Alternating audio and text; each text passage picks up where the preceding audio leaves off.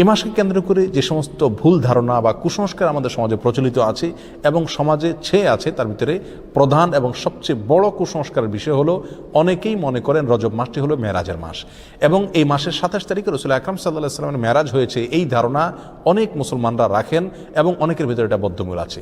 শুধু তাই নয়, আমাদের সমাজে রজব মাসের চাঁদ উঠলে পত্রপত্রিকাতে, মিডিয়াতে দেখবেন যে সেখানে সংবাদের শিরোনাম করা হয় এভাবে যে পবিত্র রজব মাসের চাঁদ দেখা গিয়েছে, অতএব অমুক তারিখে শবে মেরাজ, অর্থাৎ সেই হিসাবে 27 তারিখ হয় অমুক তারিখ আর সেদিন শবে মেরাজ, অর্থাৎ রজব মাস মানেই হলো মেরাজের মাস।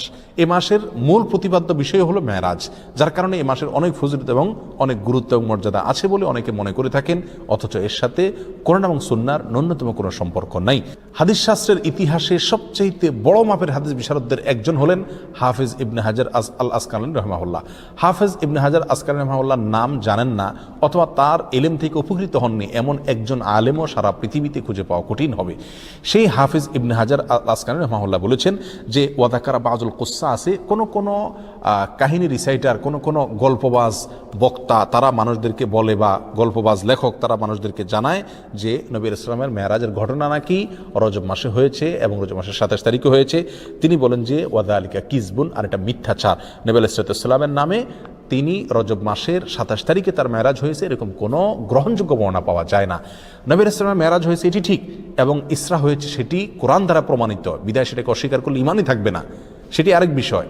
কিন্তু রজব মাসে হয়েছে এবং রজব মাসের 27 তারিখে হয়েছে, এর কোনো ভিত্তি, গ্রহণযোগ্য কোনো ভিত্তি কোরআন অথবা সহিহ সুন্নাহর কোথাও পাওয়া যায় না। নবী আলাইহিসসালামের মেরাজটা ঠিক কোন মাসে হয়েছে, কোন দিনে হয়েছে, কোন সময় হয়েছে, এই প্রসঙ্গে ইমাম ইবনে তাইমিয়া রাহিমাহুল্লাহ বলেছেন যে বিশুদ্ধ কোনো বর্ণনা দ্বারায় কোনো মাসের কথা নিশ্চিতভাবে জানা যায় না, কোনো দিনের কথা জানা যায় না, কোনো সময়ের কথা, তারিখের কথা জানা যায় না যে অমুক তারিখে অমুক দিনে অমুক মাসে নবী আলাইহিসসালামের মেরাজ হয়েছে এটি নিশ্চিত, কিন্তু তার তারিখটা সংরক্ষিত নয় এবং এ বিষয়ে যতগুলো বর্ণনা পাওয়া যায় তার কোনোটি গ্রহণযোগ্য নয়।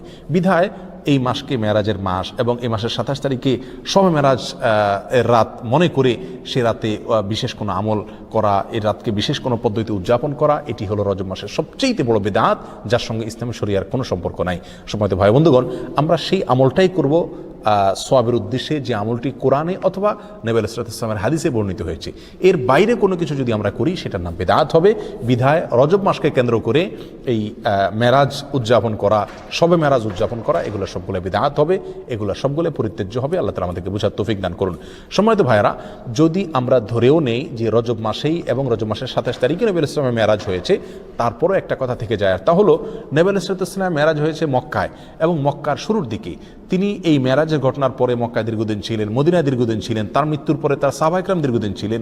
এই দীর্ঘ ইতিহাসের কখনো সাহাবায়ে কেরামের কেউ অথবা নবী আলাইহিস সালাম স্বয়ং নিজে কখনো এই মেরাজ উপলক্ষে কোনো প্রকার আমল, রাত্রি যাপন, দিনে রোজা বা কোনোভাবে এটাকে উদযাপন করা, আলোচনা, পর্যালোচনা করা বা এই ধরনের কোনো কর্মসূচি তিনি দিয়েছেন বা পালন করেছেন, এরকম কোনো কথা কোনো হাদিস থেকে পাওয়া যায় না বিশুদ্ধভাবে।